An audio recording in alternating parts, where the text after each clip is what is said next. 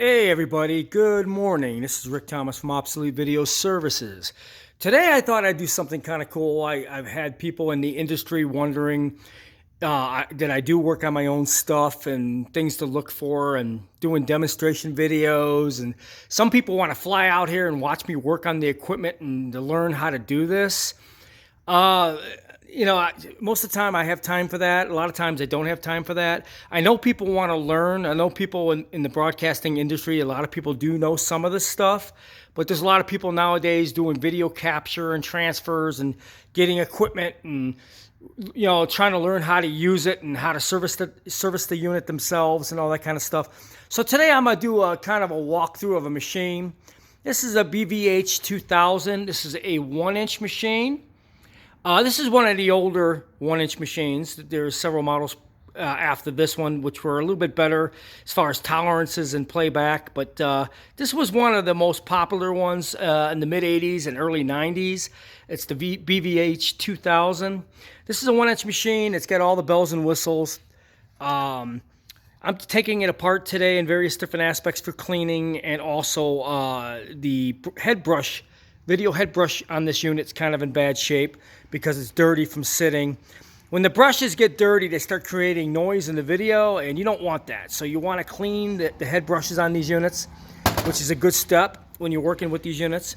But I thought you might get a kick out of seeing this. This is a 1-inch machine, and I'll just show you some of the things on these machines. First of all, you need to have a lift cart. This is a very, very, very heavy machine. I mean, if you don't have a permanent place to put it, and for me it's user-friendly because I could roll it in and out and plug it into my system when I'm making dubs or copies or whatever.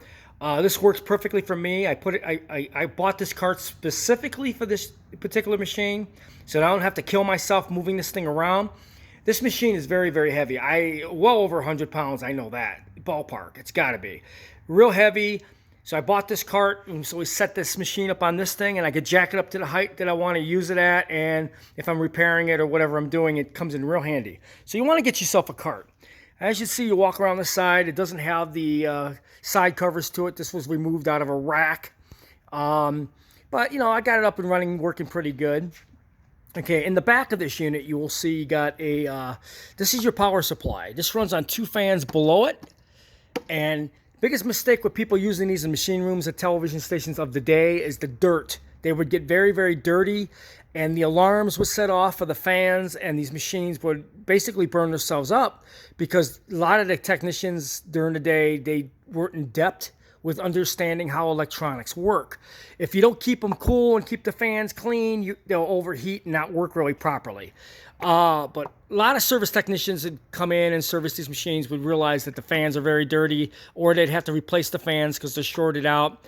You got to keep these things very, very clean in a cool climate. Some machine rooms were temperature controlled with serious air conditioning, which was a real plus. But a lot of these places didn't have that kind of air conditioning to run these machines, and they would get very, very dirty, and there'd be a lot of issues. As you can see, it's a very complicated machine. This comes on a door, so you can open up the power supply, see what the problem is, unplug it, clean the fans, or whatever the deal might be. But as you can see, you got several boards in here, okay? And then you got your time-based corrector boards and all that below on the slide slots, which is in the bottom of the unit. And then you got a board in there, which has got to do with your video processing. But what most people don't understand is when you have this particular model, behind this plastic cover is where your brushes are. You would unplug this, take this cap off, and you would clean or remove or change out that brush assembly. That's what those connections is what connects to your video heads for playback. And if they're very, very noisy, it's going to be your brushes, which are located right behind here on this particular plastic hub. Today, at some point, I'm going to take this off, clean it, maybe even replace it because the brushes are very noisy. And I do have a job coming soon that I'm going to have to do on this, and I want to make sure it's running at optimum performance.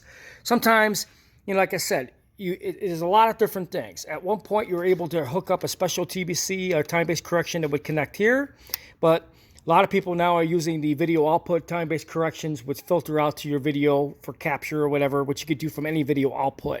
This thing has a lot of connections on the back of it. You got your balanced and unbalanced audios and inputs and outputs. You used to be able to connect it to remotes, 24 pin, 36 pin, depending on what type of remote you would run it off for, like editing and separate room playback and recording. But this thing was pretty fancy in its day, and they were used in the 80s and the mid early 90s, and then upper models were changed out. There's several models of this particular machine that was made. But this is one of the earlier machines, and basically this machine was used a lot for duplication. People would make copies from one tape to another. They would use machines like this. So yeah, it was a pretty interesting machine for its time. But I do have one of these, and like I said, I'm going through it, doing some cleaning, and cleaning the heads, cleaning the brushes, doing some maintenance work on it. While I have a day, I don't have much time work to do today, so I'm just trying to find something to work on. And I figured, hey, I've been wanting to get around to this, so I've been working on this a little bit. But like I said, it's a very, very, very heavy machine. You need a cart to jack it up on, because this is not light, people. It's 100 pounds plus. It's got to be. It's very, very heavy. And it's a really good machine. It's a 1-inch machine, Type C. So basically, if you got 1-inch Type C tapes, you'd play them on a unit like this. Behind this, you remove your head drum. You got some screws where the whole assembly comes out, and you can change the video head out if the heads are wore out. Or the audio control heads, depending if they're bad. A lot of different adjustments on this thing. But this is what you call the behemoth of a video machine.